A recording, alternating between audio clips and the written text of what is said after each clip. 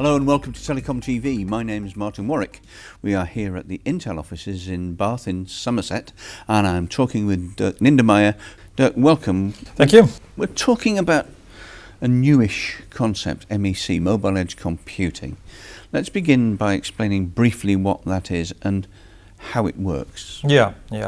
So mobile edge computing stands for the introduction of general purpose processing and storage capabilities into the mobile base stations. So these base stations for many, many years have been mainly there for forwarding data left and right, and now we are introducing this additional piece of intelligence into it for doing completely new things with it. And this is something that Nokia had come out with in 2013 at Mobile World Congress, in fact, and we very quickly realized that we need to get the entire industry behind us to make sure operators can actually deploy this not only in the Nokia part of their access network, but then also in the other parts. Secondly, we realized that application developers wouldn't want to work with a platform which is kind of specific to Nokia base stations, but they were expecting something generic, homogeneous. And this is exactly what MEC or mobile edge computing is about. It's the industry adoption of that approach, this thing that Nokia came out with in 2013, and basically manifests itself in the creation of a new industry specification group in ETSI. It's a new ISG in ETSI. Very similar to ETSI NFV, in fact. And up to now we had 6 founding members initially a month ago, and now we're already at 20, 10 more joining, so it's being adopted quite well. What was behind this, Dirk? What was the need? Was the need perceived or was it actual?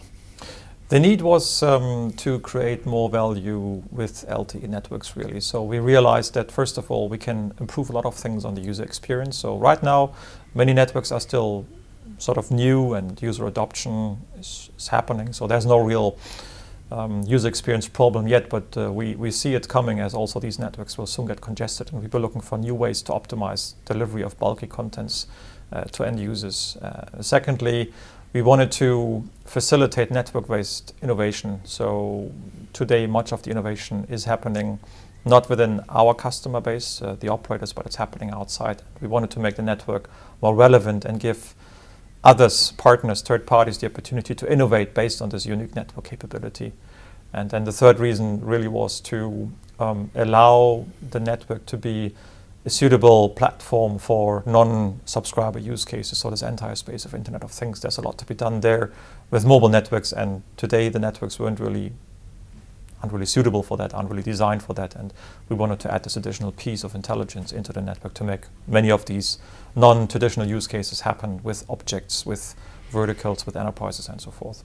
What we've seen recently with NFV in particular and SDN is that the initiative has come in the main from the operators and service providers rather than from within the industry as it has done hitherto. And there's a fear of lock-in. The operators I've spoken to say, well, look, we don't want to be locked into one vendor anymore. We want to be able to have open systems where we can use different stuff from different people, different companies. Is that what's been driving this?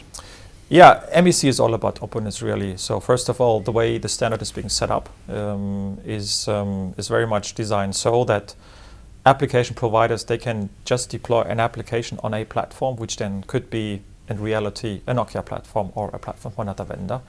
And the way we built the standard is really so that application providers will recognize an environment which is very similar to a data center. That's one aspect of it. The other aspect is the mix of companies in it. So this is not like a service provider or an operator-driven activity. It's a good mix of infrastructure vendors like Nokia, operators, so the ones who would potentially put this into their networks, and then most importantly application providers. So if you look at the composition of members, you will find a fairly balanced mix of these 3 types of members. And that's really important, as what we have seen in the past 2 years now. Much of the innovation is coming from outside. It's coming from application providers, not necessarily from us as the infrastructure guys. And that's exactly why we have deliberately picked this initial member set, and we also see it now growing into these 3 directions, which is nice to see, as only then innovation will really happen. One other thing we've seen, Dirk, in the recent past is the movement towards collaboration between vendors and between themselves as well as with the service providers and the operators and so on, and partnerships which we would never have seen in the past. Is that also what's happening within MEC itself?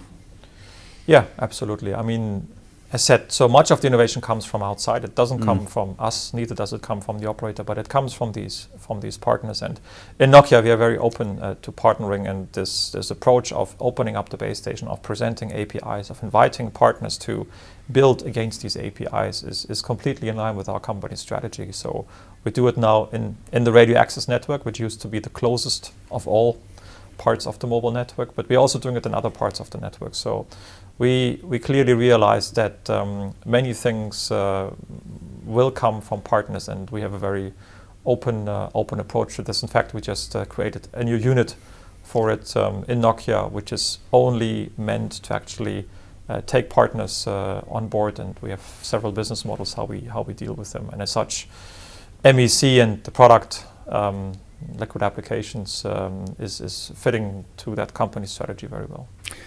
Let's end with some use cases, if we might, Dirk. What are they? Give us some concrete examples of where MEC is being used and what it's being used for. Yeah, so one very concrete thing that we have actually launched recently is the computation of so-called throughput guidance.